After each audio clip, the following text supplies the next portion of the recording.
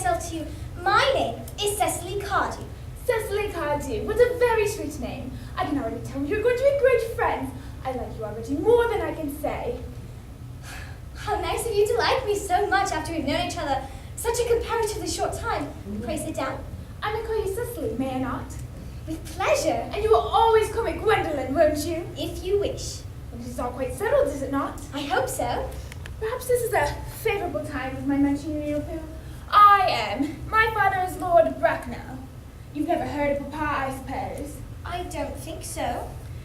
Outside of the family circle, Papa, I am glad to say, is entirely unknown. The home seems to be a proper sphere for a man, and once a man begins to neglect his domestic duties, it becomes painfully effeminate, does it not? And I don't like that very much. It makes men so very attractive.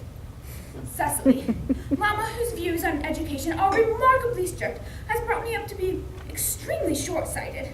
It is part of her system. So, do you mind me looking at you through my glasses? Not at all, dear Gwendolyn. I am very fond of being looked at. You are here on a short visit, I suppose. Oh no, I live here. Indeed. Well, your mother or some female relative of advanced years who resides here also. No, I have no mother, nor in fact any relations. Indeed. My dear guardian, with the assistance of Miss Prism, has the arduous task of looking after me. Your guardian? Yes, I am Mr. Worthing's ward. Oh, he never mentioned to me that he had a ward. How secretive of him. Oh, he becomes more interesting hourly. However, I'm not sure if this news inspires me with unmixed delight. Cecily, I've liked you ever since I met you, but I cannot help but express a wish that you were, well, older than you seem to be and not quite so alluring in appearance. In fact, if I may speak so candidly... Pray do. I think that whenever one has anything unpleasant to say, one should always be quite candid. Well, to speak with perfect candor, I can help but express a wish to Cecily that you were fully 42 and quite usually plain for your age. Earnest has a strong, upright nature. He is the very soul of truth and honor. Disloyalty would be as impossible to him as deception. But even men with the most noblest of characters are extremely susceptible to the physical influence of and charms of others. Ancient, no less modern history supplies us with the most painful examples of what I refer to. If it were not so, history would be unreadable. I beg your pardon, Gwendolyn, did you say Earnest? Yes. Oh, but it is not Mr. Earnest Worthing who is my guardian. It is his brother, his elder brother. Oh, he never mentioned to me that he had a brother. I am sorry to say that they have not been on good terms for a long time. Oh, that must account for it. Oh, and to think of it, I've never heard of any other man mention his brother. Oh, the thought must be distasteful to men. Oh, Cecily, you have lifted a load from my mind. It would have been terrible if any cloud would have come over a friendship like ours, would it not? But you are quite sure that it is not Mr. Earnest Worthing who is your ward? Quite sure. In fact, I am going to be his. I beg your pardon. Dearest Gwendolyn, there is no reason why I should make a secret of it to you. Our little country newspaper is sure to chronicle the fact next week.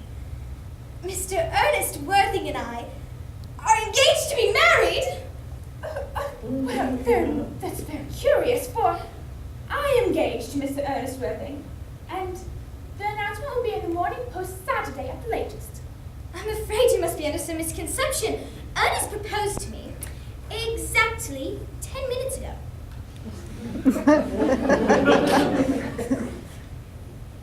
It's very curious, for he asked me to be his wife yesterday afternoon at 5:30.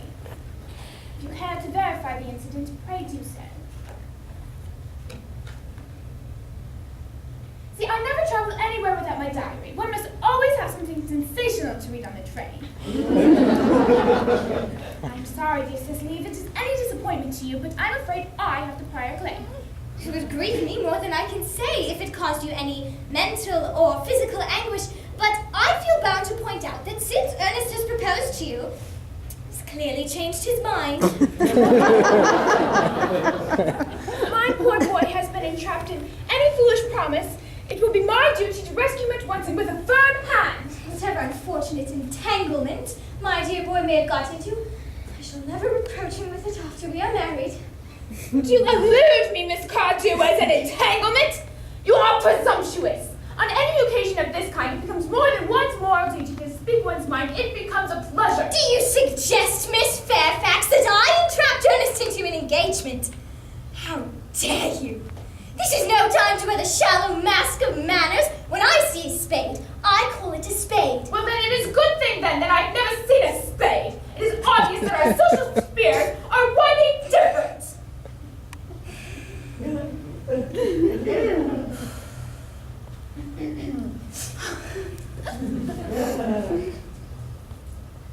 Shall I lay the tea here as usual, miss? Yes, as usual.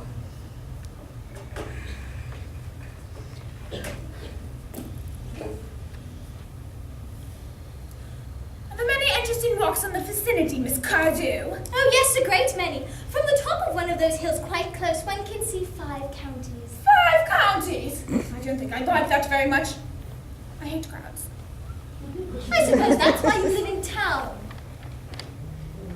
What a very well-kept garden you have, Miss Cardew. So glad you like it, Miss Fairfax. I had no idea there were any flowers in the country. Oh, flowers are as common here, Miss Fairfax, as people are in London.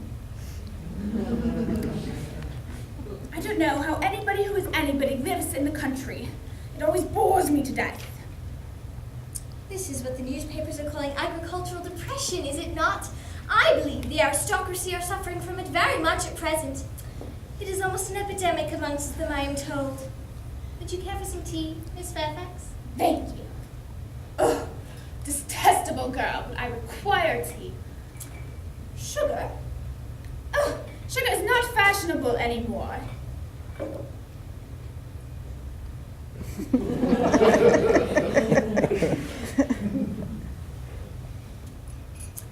Cake or bread and butter?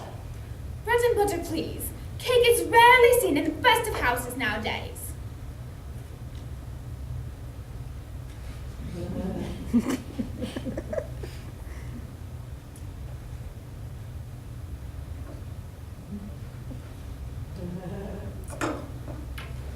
that to Miss Fairfax.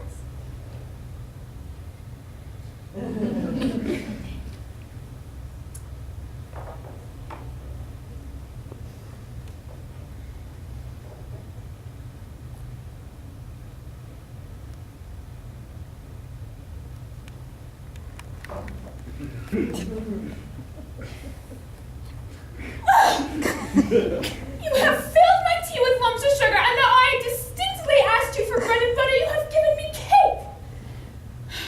I must warn you, Miss Cardew. I am known for the gentleness of my disposition and the extreme sweetness of my character. But I warn you, Miss Cardew, you may have gone too far. To save my poor, innocent, trusting boy from the machinations of any other woman, there are no lengths to which I would not go.